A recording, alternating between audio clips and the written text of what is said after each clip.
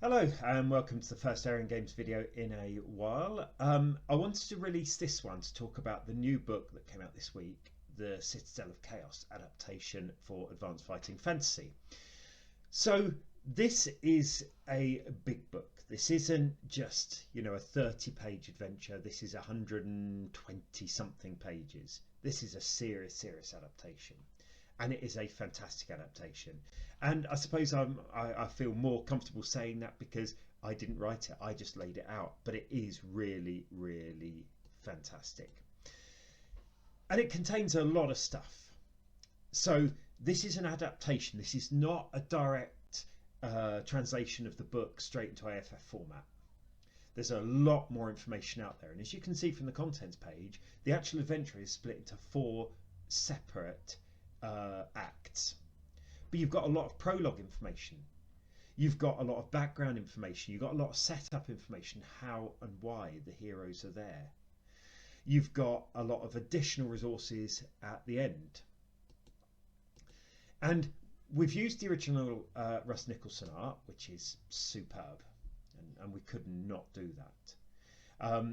And we've also gone still for the very nostalgic feel, of the original books, the filler images and so on. But as I said, this is an adaptation.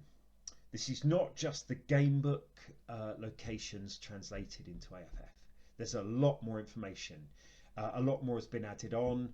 A lot more of the hinted at locations in the game book are here. It's all been filled out, and a lot of this builds on the fantastic work that Scriptarium, the French publishers of Advanced Fighting Fantasy, did. And incidentally, I'm hoping to get a lot more of their translated work available in English as soon as possible. But this adaptation basically brings the Citadel of Chaos to life. It's not just a bit of a courtyard, few rooms, tower, Balthus Dire. And so this is not going to be a sit down and run through in 2 sessions adventure. I suppose the characters might run all the way through, they might get incredibly lucky and do it in 4, but you're looking at probably 6, 8, 10 sessions to get through this. So it's almost a mini campaign set in one location. We've got some fantastic maps by Brett himself. We've also got a lot more detail added to the existing locations. So here we see the 2 men arguing. I don't think in the game book their names were ever given. I don't think you ever found out much about them, but their names are here, their stats are here. Doesn't mean you're necessarily going to fight them, but all of the information is in here. So it adds in the new locations to round out the setting. It also adds a lot more detail to the individual game book locations to make it all more real, to make it more in depth. And so you don't just walk up, meet a creature, kill it, move on. You interact with the denizens of the tower. There is a lot more to it, which I think makes it both a more fulfilling adventure, but it also makes it much more of a memorable experience. Now, in addition to the long adventure, which of course is really quite long, we've also got additional resources. So for example, we have Black Sorcery. So this is an adaptation of the standard sorcery system from AFF, but with a whole load of new spells for Black Sorcerers. Now of course that's going to be useful when you fight Balthus Dire, for the GM to have that information. But it's also useful for other enemies in an AFF campaign. And in addition, it could be really useful for the sort of campaign presented in Demons of Doom. So using something like Demons of Doom, you could easily have a demon character, you could have a necromancer using the rules from Hero's Companion, you could have a chaos mage from Hero's Companion, you could have a black sorcerer from here, and so on. And all of those different rules means you've got a different type of campaign should you want to do that. So even from that resource alone, it's incredibly useful. And then we've also got a lot more information about the tower, the people in the tower. So here you can see a couple of page write-up on Balthus Dire and the Black Tower and Kragan Heights and so on.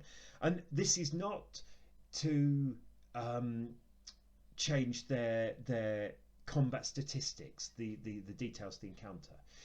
It's more background information, and of course this can be built into the prologue. So if you know about Balthasar, who he was, where he was, it's much easier for a GM to customize their campaign and to build this module into a longer campaign than it would be if you were just dropping it straight in and said, well, look, there's this tower with this evil ruler. And I think that's important because the fighting fantasy world, the whole fighting fantasy setting is very, very rich and very, very deep. And since the first days of the original game books, other game book authors, Steve and Ian themselves, and other authors of AFF and other products have all added their own layers of this setting detail. And I think what that's done is it's really brought it to life.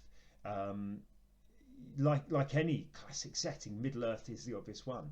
The more detail you have about motivations, about personalities, about history and so on, the easier it is to bring that setting to life in a game.